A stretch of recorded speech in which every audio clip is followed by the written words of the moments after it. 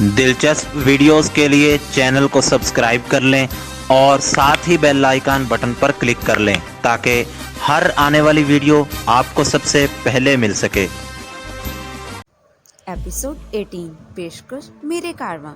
मैं sword park में दाखिल हो गया। विलियम एच स्वार्ट पार्क एक कव्वे में बना हुआ है और स्ट्रॉस स्क्वायर से जुड़ा हुआ। मोबाइल फोन पर बात करने वाले ने अपने स्ट्रॉस स्क्वायर पर होने की इतला दी थी। इसका यही मतलब था अब तक वो लोग यहाँ से गुजरकर ईस्ट ब्रॉडवे पर आगे बढ़ गए होंगे और अब तक वो बेना के अपार्टमेंट में दाखिल होने वाले होंगे। इनकी बाद में खैर खबर की जा सकती थी। मैं राकेल की जानिब मतवज्जो हो गया।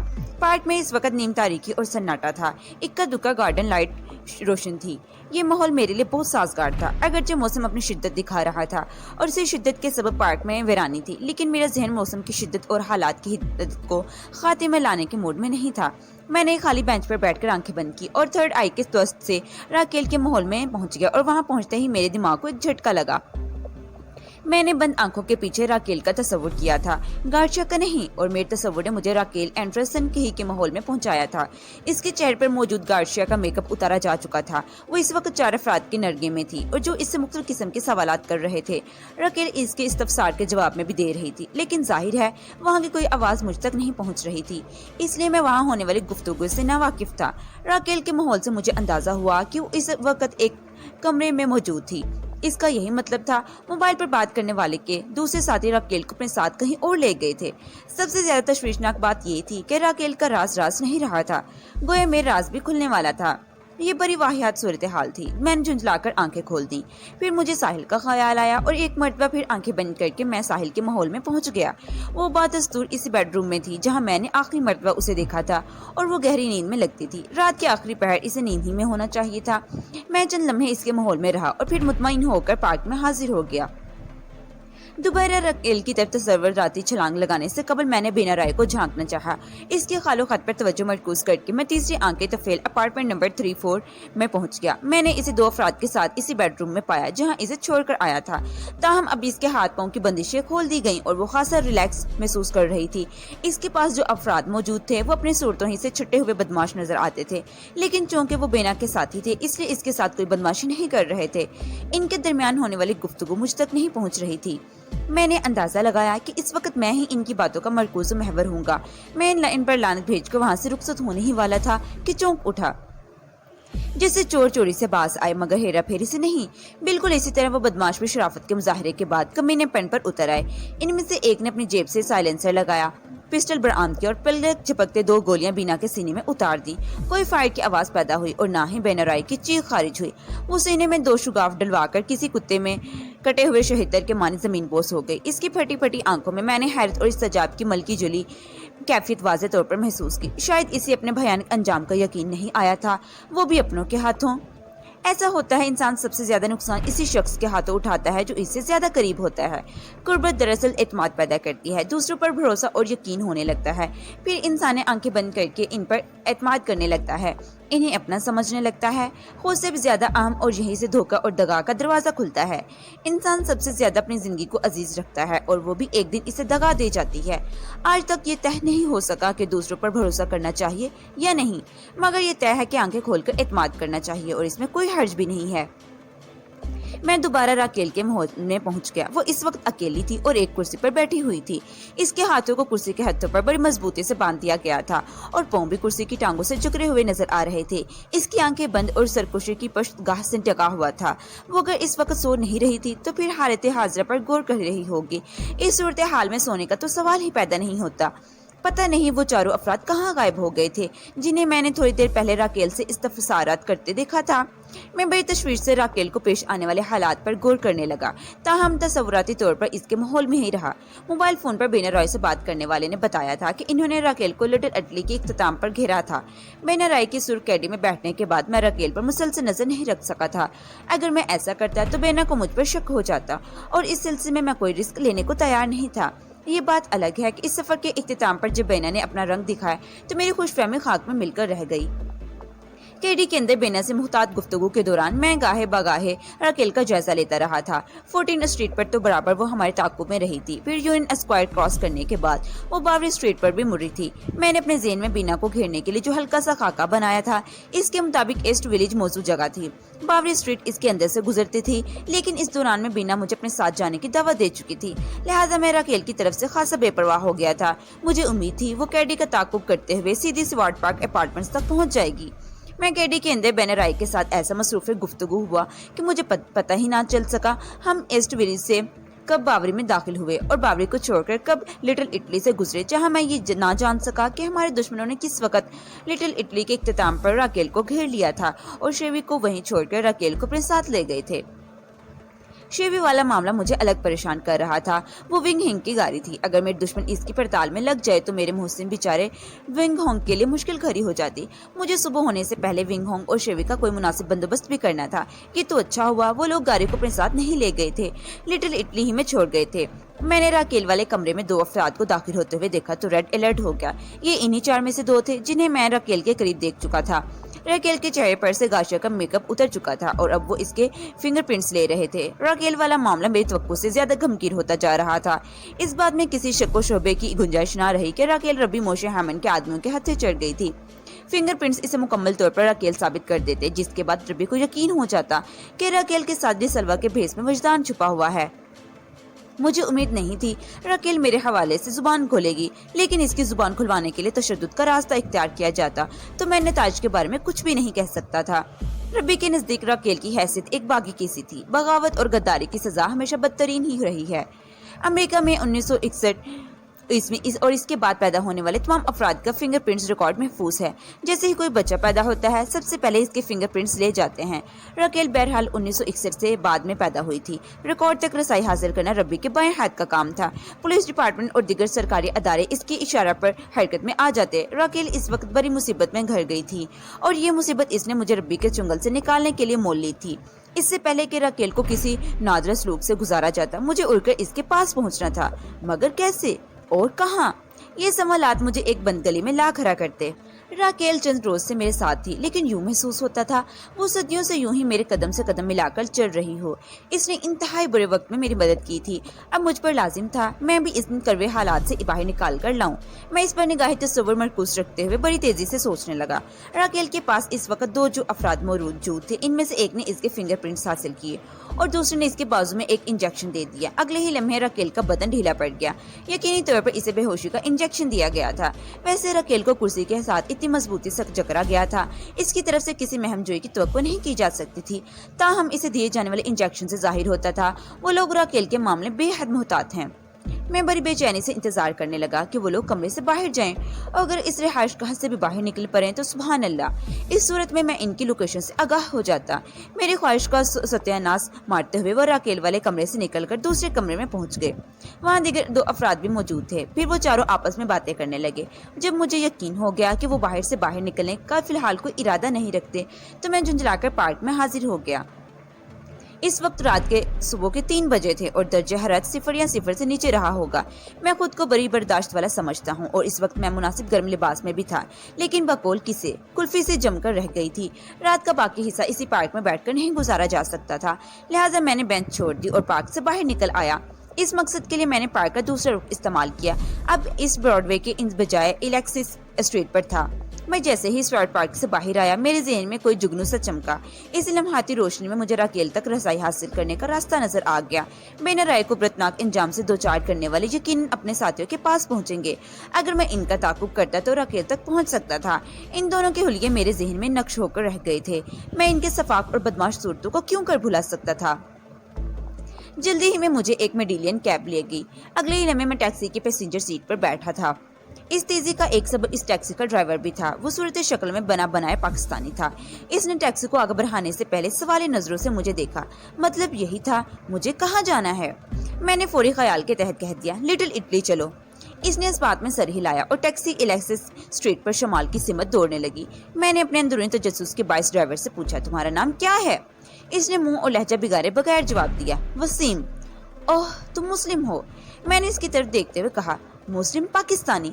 इसके जवाब ने मेरे अंदाजे की तस्दीक कर दी। میں اس وقت سلوا کے بحروب میں تھا اور امریکی نیشنل ہونے کی وجہ سے خالص امریکی لب و لہجے میں اس سے بات کر رہا تھا۔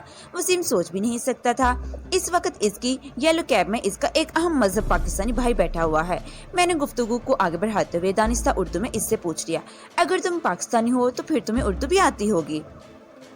ایلسکس اسٹریٹ پر ٹیکسی تھوڑا سا لہرائی۔ یہ اسی ذہنی جھٹکے کا نتیجہ تھا جو مجھے اردو بولتے سن کر وسیم کو پہنچا تھا۔ وہ تو غنیمت تھا، رات کے آخری پہر سڑک سنسان تھی، ورنہ ایکسیڈنٹ بھی ہو سکتا تھا۔ ٹیکسی لہراتے ہوئے اپنی لین سے دوسری لین میں جا گھسی تھی۔ وسیم کی حیرت بھری لرزیدہ آواز میری سماعت تک پہنچی، کیا آپ کو اردو آتی ہے؟ یہ جملہ وسیم نے اردو میں ادا کیا تھا اور اس کا لہجہ چگلی کھاتا تھا کہ اس کا تعلق پنجاب سے ہے۔ میں نے ونڈ اسکرین کے پار دیکھتے ہوئے اسپاٹ لہجے میں کہا، آتی جاتی رہتی ہے، آپ پاکستانی تو نظر نہیں آتے۔ میرے منہ سے اپنی قومی زبان سن کر اس کے انداز میں ایک خاص احترام رچ بس گیا تھا۔ میں نے اپنے لہجے کی سنجیدگی کو برقرار رکھتے ہوئے کہا، مجھے دیکھنے کی بجائے تم اپنی نظر اور توجہ ڈرائیونگ پر مشغول رکھو۔ اردو ایک اہم زبان ہے جسے کوئی غیر پاکستانی بھی استعمال کر سکتا ہے۔ بہرحال میرا تعلق بھی پاکستان سے ہی ہے۔ وسیم نے ایلسکس اسٹریٹ چھوڑی اور کیب کو ہیسٹر اسٹریٹ پر ڈال دیا، پھر مسرت بھرے لہجے میں بولا، ایک پاکستانی سے مل کر مجھے بے حد خوشی ہو رہی ہے، لیکن آپ کی صورت مجھے ذہنی طور پر الجھا رہی ہے۔ بہرحال السلام علیکم۔ میں نے بھرپور انداز میں وسیم کے سوال کا جواب دیا اور کہا، صورت پر زیادہ بھروسہ نہیں کرنا چاہیے، یہ اکثر دھوکہ دے جاتی ہے۔ تمہارے اطمینان کے لیے بتا دوں، میں بھی تمہاری طرح ایک مسلمان پاکستانی ہوں۔ میں نے ایک لمحے کو توقف کیا، پھر وسیم کی طرف دیکھتے ہوئے کہا، اب تم تھوڑی دیر تک مجھے مخاطب نہ کرنا، میں کچھ سوچنا چاہتا ہوں، اور ہاں، ذرا احتیاط سے ڈرائیونگ کرو، میں کسی معمولی حادثے کا بھی متحمل نہیں ہو سکتا۔ وسیم نے بڑی فرمانبرداری سے اس بات میں سر ہلایا۔ میں نے آنکھیں بند کر لیں۔ یلو کیب ہیسٹر اسٹریٹ پر آگے بڑھتی چلی گئی۔ وسیم کے سے بعد بھی گفتگو شنید ہو سکتی تھی۔ پہلے میں ان کی خبر لینا چاہتا تھا جو ممکنہ طور پر مجھے راکیل تک پہنچنے کا سبب بن سکتے تھے۔ میں نے ان بدماشوں میں سے ایک کے خد و خال کو اپنے تصور میں ابھارا اور دوسرے ہی لمحے ان دونوں کے پاس پہنچ گیا۔ وہ ایک گاڑی میں پہلو بہ پہلو بیٹھے تھے، یعنی ایک نے اسٹیئرنگ سنبھال رکھا تھا اور دوسرے پیسنجر سیٹ پر موجود تھا۔ میں ان کے ماحول میں رہتے ہوئے یہ جاننے کی کوشش کرنے لگا کہ وہ کون سے علاقے سے گزر رہے ہیں۔ بین رائے کو انہوں نے جس سلوک سے گزارا تھا، اس سے ان کی وحشت اور بربریت کا پتہ چلتا تھا۔ میں نہیں جانتا تھا اپارٹمنٹ نمبر 34 میں بینا رائے اور ان میں کیا مکالمات ہوئے تھے، لیکن میں محسوس کر رہا تھا بینا کو میرے فرار کی سزا دی گئی تھی۔ وہ راکیل کے بعد مجھ کو بھی اپنے قابو میں دیکھنا چاہتے تھے اور بینا اس سلسلے میں ناکام ہو گئی تھی۔ یہ بھی ممکن تھا بینا اب اس کے لیے کام کی نہ رہی ہو اور انہوں نے اوپری احکام پر اس کا پتہ صاف کر دیا ہو۔ بہرحال سردے دست و وسوق سے کوئی بات نہیں کی جا سکتی تھی۔ میری جستجو رنگ لائی اور میں یہ معلوم کرنے میں کامیاب ہو گیا کہ وہ لوگ اس وقت باوری کے اندر سے گزر رہے تھے۔ گاڑی باوری اسٹریٹ پر رہتے ہوئے شمال کی سمت بڑھ رہی تھی۔ میں اس اسٹریٹ سے گزر چکا تھا، لہٰذا راستہ پہچاننے میں مجھے زیادہ مشکل پیش نہ آئی۔ ان لوگوں کا شمال کی طرف سفر کرنا مجھے یہ سوچنے پر مجبور کر رہا تھا، کہیں وہ باسل اسٹریٹ والے سائناگوگ میں ربی موشی ہیمن کے پاس تو نہیں جا رہے۔ اس تناظر میں اس ذہن میں نتیجے پر پہنچا تھا، راکیل کو بھی وہیں کہیں پہنچایا گیا تھا۔ میں آنکھیں کھول کر ٹیکسی میں حاضر ہو گیا۔ وسیم میری جانب متوجہ ہوا تو اس کے کچھ بولنے سے قبل میں نے پوچھا، لٹل اٹلی پہنچنے کے لیے اور کتنی دیر لگے گی؟ اس نے بتایا، ہم اس وقت ہیسٹر اسٹریٹ پر ہیں، یہ آگے چل کر آرچرڈ ایلن اور کسٹری اسٹریٹ کے کراس کرے گی، پھر ہم باوری اسٹریٹ پہنچ جائیں گے۔ لٹل اٹلی یہیں سے شروع ہوتا ہے۔ ویسے آپ کو لٹل اٹلی میں کہاں جانا ہے؟ جب ہم لٹل اٹلی کے قریب پہنچیں گے تو بتا دوں گا، میں نے سرسری انداز میں کہا۔ تم ٹیکسی کی رفتار کو ممکنہ حد تک بڑھا دو، میں کچھ اور سوچنا چاہتا ہوں۔ بات ختم کرتے ہی میں نے آنکھیں بند کر لی اور اس گاڑی کے ماحول میں پہنچ گیا جو ہمارے آگے شمال کی سمت بڑھ رہی تھی۔ وہ لوگ باوری کے آخری کنارے پر تھے۔ اگر وہ باوری اسٹریٹ پر ہی رہتے تو اس ولیج میں داخل ہو جاتے، لیکن ہوسٹن اسٹریٹ سے انہوں نے گاڑی ایک جانب موڑ لی، یعنی وہ ایسٹ ہوسٹن اسٹریٹ پر آ گئے۔ میں یہی جانتا تھا یہ اسٹریٹ آگے کہاں جائے گی، مگر یہ واضح ہو گیا کہ وہ ایسٹ باسل اسٹریٹ پر سائناگوگ میں نہیں جا رہے تھے، اور یہ ایک بات نہیں تھی۔ میں ان کے ساتھ چپکا رہا اور وہ مغرب کی سمت بڑھ رہے۔ تھوڑا آگے جا کر براڈ وے کو عبور کرنے کے بعد وہ دائیں جانب مڑ کر اسٹریٹ میں مڑ گئے۔ مرسر اسٹریٹ کی بائیں جانب مجھے رہائشی علاقہ نظر آیا۔ میں نے بڑے محنت سے اس علاقے میں بارے میں معلوم کر لیا۔ وہ واشنگٹن اسکوائر ہاؤسز تھے۔ ان لوگوں کے وارے واشنگٹن اسکوائر ہاؤسز کے احاطے میں داخل ہوئی تو میں ہائی الرٹ ہو گیا۔ پھر آئندہ چند منٹ میں ان کا سایہ بن کر ہاؤس نمبر 19 میں داخل ہو گیا۔ جب وہ دونوں اپنے ان 4 ساتھیوں کے پاس پہنچے جو راکیل کے ارد گرد موجود تھے تو میرے سینے سے اطمینان بھری سانس خارج ہوئی۔ میں راکیل کا سراغ لگانے میں کامیاب ہو گیا تھا۔ اسی وقت وسیم نے مجھے مخاطب کیا، سر ہم لٹل اٹلی میں پہنچ گئے ہیں، آگے کے بارے میں کچھ بتائیں۔ ہمارے درمیان اب باقاعدہ اردو میں بات چیت ہو رہی تھی اور اسے مجھے ایک خاص قسم کی خوشی بھی مل رہی تھی۔ میں نے آنکھیں کھول کر کھڑکی سے باہر دیکھا اور وسیم سے کہا، تم باوری اسٹریٹ پر سفر جاری رکھو لیکن رفتار قدرے کم کر لو۔ وہ ایک لفظ ادا کیے بغیر میرے حکم کی تکمیل کرنے لگا۔ میں مسلسل ٹیکسی سے باہر دیکھ رہا تھا۔ دراصل مجھے شیوی کی تلاش تھی۔ بین رائے سے موبائل فون پر بات کرنے والے نے بتایا تھا انہوں نے راکیل کو لٹل اٹلی کے اقتحام پر گھیرا تھا۔ اس وقت وہ لوگ شمال سے جنوب کی سمت سفر کر رہے تھے جبکہ ہم جنوب سے شمال کی طرف رخ کر رہے تھے، اس لیے ہمارے شیوی کو لٹل اٹلی کے آغاز پر کہیں سڑک کے کنارے کھڑا ہونا چاہیے تھا۔ پھر وہ مجھے نظر آ گئی۔ میں نے وسیم سے ٹیکسی روکنے کو کہا اور ٹیکسی پر رکنے کے باہر نکل کر شیوی کی طرف بڑھ گیا۔ یہ غنیمت تھا کہ ہم اپنا سامان ونگ ہنگ کے فلیٹ پر رکھ آئے تھے۔ صرف ڈرائیونگ لائسنس اور چند دیگر ضروری کاغذات ہمارے ساتھ تھے۔ شیوی کے مختصر معائنے سے میں نے اندازہ لگا لیا کہ وہ لوگ راکیل کے ساتھ ہی وہ کاغذات بھی لے گئے تھے۔ اس کے علاوہ اپنے کریڈٹ کارڈز بھی راکیل کو تھما دیے تھے۔ میں اپنی جیب میں $100-150 رکھ کر بینا رائے کو چھاپنے نکلا تھا اور خود ایک نئی مصیبت میں پھنس گیا تھا۔ میں واپس آ کر ٹیکسی میں بیٹھا اور وسیم سے کہا، باوری اسٹریٹ پر آگے بڑھو اور ہوسٹن اسٹریٹ پر پہنچنے کے بعد لیفٹ کو مڑ جانا۔ ہمیں واشنگٹن اسکوائر ہاؤسز تک جانا ہے۔ یہ ہاؤسز واشنگٹن اسکوائر کے نزدیک ہی ہے، وسیم نے بتایا۔ یہ گرین وچ ولیج کا علاقہ ہے۔ نیو یارک یونیورسٹی بھی ادھر ہی ہے۔ لیکن سر، پھولچند زدہ انداز میں لمحے بھر کو رکا، پھر پوچھنے لگا، آپ کو تو لٹل اٹلی تک جانا تھا، گرین ولیج کا پروگرام کیسے بن گیا؟ لٹل اٹلی میں کام ختم ہو گیا، باقی کا کام ادھر واشنگٹن اسکوائر ہاؤسز میں ہوگا۔ میں نے قدرن رہائی سے کہا، کیا تمہیں گرین ولیج کی طرف جانے پر کوئی اعتراض ہے؟ نو سر، وہ جلدی سے بولا اور توجہ ڈرائیونگ پر مبذول کر دی۔ میں نے جینز میں ہاتھ ڈال کر بینا رائے کا موبائل برآمد کیا۔ اس کے اپارٹمنٹ سے رخصت ہوتے وقت میں موبائل فون اور لیڈی پسٹل اپنے ساتھ لے آیا تھا۔ مسلم ماڈل خطرناک پسٹل میری دوسری جیب میں تھا۔ میں نے موبائل سیٹ آن کیا۔ فون کی بیٹری تسلی بخش سگنل ظاہر کر رہی تھی، دیگر سگنلز بھی ٹھیک تھے۔ میں نہیں جانتا تھا بینا کے موبائل پر کریڈٹ کی کیا صورت ہے۔ میں اس وقت چائنا ٹاؤن میں مسٹرونگ ہنگونگ سے رابطہ کرنا چاہتا تھا، اسے شیوی کے سلسلے میں ضروری ہدایت دینا چاہتا تھا، نہ وہ بیچارے خواہ بیٹھے بٹھائے کسی بڑی مصیبت سے دوچار ہو جاتا۔ راکیل کو لے جانے والے اہم کاغذات بھی اپنے ساتھ لے گئے تھے۔ میں نے اسٹریٹ کوڈ 212 ٹچ کرنے کے بعد ہنگ کونگ کا نمبر ملایا اور اوکے کرنے کے بعد موبائل کو کان سے لگایا۔ دوسری طرف گھنٹی بجنے لگی۔ رات کے آخری پہر پہلی یا دوسری گھنٹی پر فون اٹینڈ کرنے کی توقع نہیں کی جا سکتی تھی، لہٰذا میں انتظار کرنے لگا۔ آخر چھٹی گھنٹی پر ریسیور اٹھا لیا گیا اور ونگ ہونگ کی نیند میں ڈوبی ہوئی آواز میری سماعت سے ٹکرائی۔ ہیلو، کون؟ میں نے اس کی آواز میں شامل جھنجھلاہٹ کو واضح طور پر محسوس کیا۔ یہ تو ثابت ہو گیا کہ موبائل میں کریڈٹ موجود تھا۔ کتنا، اس بارے میں کچھ نہیں جانتا تھا۔ اس موبائل سیٹ کے بارے میں میری معلومات محدود تھیں۔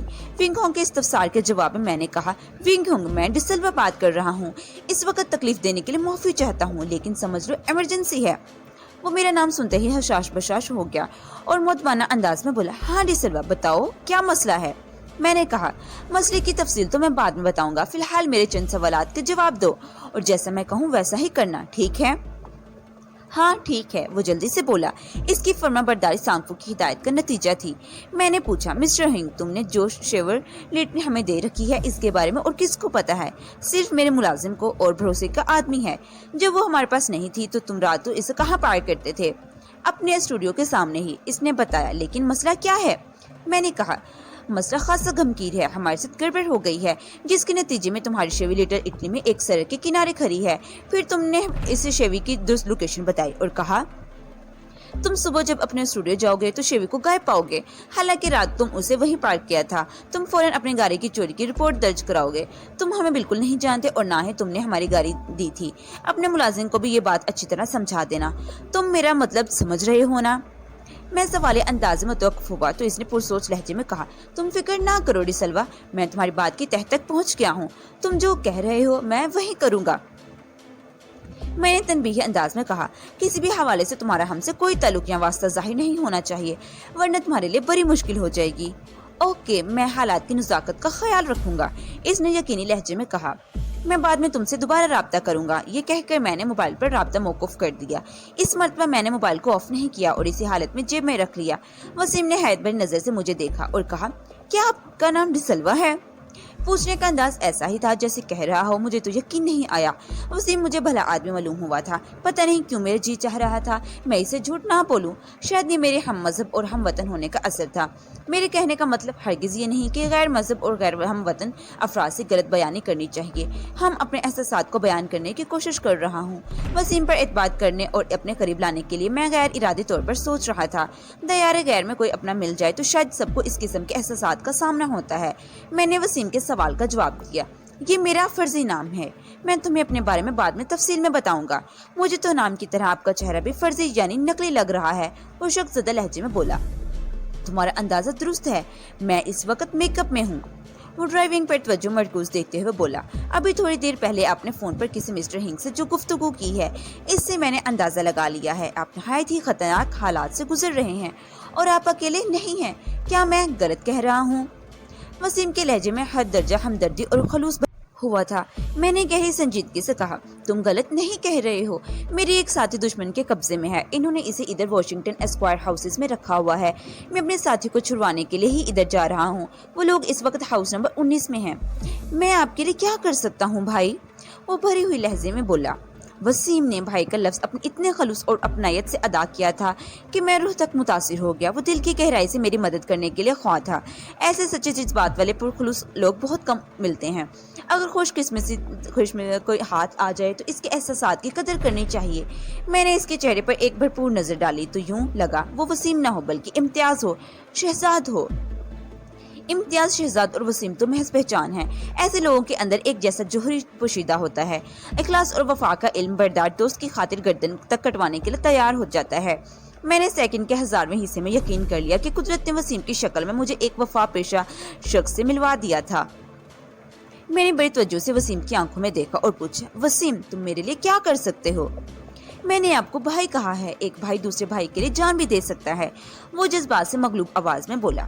मैंने कहा, मुझे भाई भी कहते हो और मेरे लिए सामने जान देने की बात भी करते हो, तुम्हें जरा भी हया है? इसने अपनी आंखों के नम होते गोशों को हाथ की पुष्ट से साफ किया और अपनी आवाज की लर्जिश पर काबू पाते हुए बोला, मुझे टैक्सी चलाना आती है या फिर लड़ाई भड़ाई जानता हूँ। इसके अलावा जो तुम बोलो मैं करने को तैयार हूँ। बस इतना बहुत है। वो आपसे तुम पर आया तो मुझे अच्छा लगा। फिलहाल मुझे तुम्हारी इन्हीं सलाहियतों की जरूरत है। मैंने कंधे उचकाते हुए कहा। वो खुश हो गया और इसी खुशी में इसने टैक्सी की रफ्तार को भी बढ़ा दिया। जल्दी ही हम बावरी और लिटिल इटली को पीछे छोड़कर होस्टन स्ट्रीट में पहुंच गए। मस्जिद पर पहुंचने से पहले वसीम ने मुझे अपने बारे में जो कुछ बताया, इसके मुताबिक वो गुज़िश्ता 2 साल से न्यूयॉर्क में टैक्सी चला रहा है। इन 2 सालों से पहले का अरसा बेकारी में गुजरा था। इसकी रहायश मैनहट्टन अपटाउन में थी। शुगर हिल का इलाका अगरचे हार्लम में वाक़या था, ताहम बनिस्बत महफूज हिस्सा था। शुगर हिल में मिडिल क्लास लोग रहते थे। मैंने वसीम से जब मुतअस्सिब से अफ़वाम का जिक्र किया तो इसने बड़ी अजीब बात की। कहने लगा, ये काले सिर्फ चिट्टी चमड़ी वालों के दुश्मन हैं और इनका सारा तासुब इन्हीं लोगों से है। हम चाहे कितने भी गोरे क्यों ना हो, ये लोग हमें बल्कीरी ही समझते हैं, इसलिए हम पर हाथ नहीं डालते। इक्का दुक्का वाक़यात की बात अलग है। वसीम नौशहरा रोड गुजरांवाला का रहने वाला था और किस्मत बनाने न्यूयॉर्क आया था। किस्मत बनी या नहीं बनी, अलबत्ता वो न्यूयॉर्क का होकर रह गया। अचानक मोबाइल फोन की घंटी बजने लगी। मैंने मोबाइल को जेब से निकाला और कॉल अटेंड की। दूसरी जानिब वही शख्स था जिसकी आवाज़ मैंने बिना रॉय के फ्लैट पर सुनी थी। मेरी हेलो के जवाब में इसने कहा, वजदान तुम्हारा बेत खुल चुका है। अपने साथी की वापसी किस हालत में चाहिए? इसने मुझे बराह रास्त वजदान के नाम से पुकारा तो एक लम्हे को मैं ठटका, लेकिन दूसरे ही लम्हे में संभल गया और कहा, मेरी 2 साथी तुम लोगों के कब्जे में हैं। तुम किसकी वापसी की बात कर रहे हो, साहिल या राकेल? जब हमारा राज नहीं रहा था तो मैंने भी 2 टोक अंदाज में बात की। बात करने वाले के लहजे से अंदाजा होता था वो इनमें 6 में सीनियर है और बा इख्तियार भी। इसकी भारी आवाज एक मरतबा फिर मेरे समाज से टकराई। राकेल को भूल जाओ, इसने हमसे गद्दारी की है। एक गद्दार और बागी की जो सजा होनी चाहिए वो इससे भी कहीं ज्यादा बदतरीन सजा से गुजरेगी। वो एक लम्हे को रुका, फिर सिलसिला कलाम जारी रखते हुए बोला, मैंने तुम्हारी साहिल का जिक्र किया है। मुझे अपने दोनों साथी जिंदा सलामत चाहिए। तुमसे बहस करना फजूल है। वो झुंझलाहट अमीज़ अंदाज में बोला, बहरहाल मैंने तुमसे राब्ता इसलिए किया है, इस मोबाइल को ऑफ ना करना। मोहतरम रब्बी किसी भी वक्त तुमसे बात कर सकते हैं। ये तो अच्छा ही हुआ तुम राय के अपार्टमेंट से मोबाइल उठा लाए, वरना तुमसे राब्ता कैसे होता? वो मुझे बहलाने की कोशिश कर रहा था। मैंने महसूस किया वो मुझे ट्रेस करने के लिए मोबाइल फोन को ऑन रखने की बात कर रहा था। मुमकिन है इन लोगों के पास ऐसी कोई इलेक्ट्रॉनिक सहूलत मौजूद हो जिसकी मदद से मोबाइल की दुरुस्त लोकेशन मालूम कर सकते हो। इस शख्स ने रब्बी का हवाला दिया था जिससे यही जाहिर होता था वो रब्बी का कोई खास आदमी था। मैंने इसकी मकारी को समझते हुए कहा, तुम राब्ता नहीं भी करती तो मैं तुम्हारे रब्बी से बात करने ही वाला था। कैसे? इसके इस रफ्तार में हैरत थी। मैंने बताया, ऐसे कि मैं इस वक्त रब्बी मोशे हामिद के करीब पहुंचने वाला हूं। मेरी एक बात ज़हन नशीन कर लो और अपने रब्बी को भी समझा दो, मेरे साथियों का एक बाल भी बांका नहीं होना चाहिए, वरना तुम्हारा ये ग्रेट न्यूयॉर्क और इसकी फलकबोस इमारतें 3 मलबे के ढेर में बदल जाएंगी। तुम बहुत ऊंचे बोल रहे हो, जबकि रब्बी भी अपने दिल में तुम्हारे लिए बहुत गुंजाइश रखते हैं। इस शख्स ने मुझे बातों में लगाने की कोशिश करते हुए कहा, तुम बिना राय का पिस्टल और मोबाइल फोन उठा लाए। अगर हम चाहते तो फौरन इसकी लाइन बंद करवा देते, मोबाइल तुम्हारे लिए बेकार होकर रह जाता, मगर हमने टैप बंद करो मनहूस, मैंने बात काटते हुए कहा।